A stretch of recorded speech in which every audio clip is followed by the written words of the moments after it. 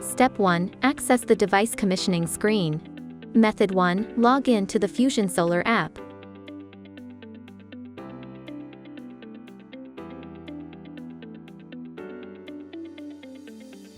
Tap Services. Tap Device Commissioning.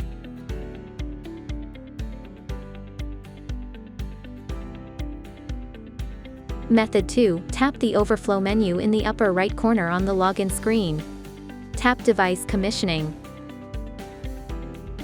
Step 2. Connect to the device WLAN. Method 1. Tap Scan to scan the QR code on the device label. The app automatically connects to the device.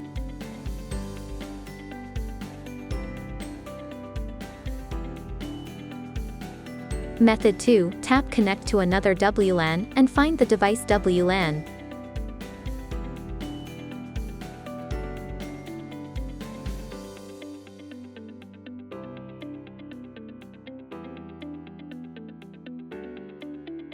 Step 3. Log into the device. Select installer or user from the drop-down list and enter the password.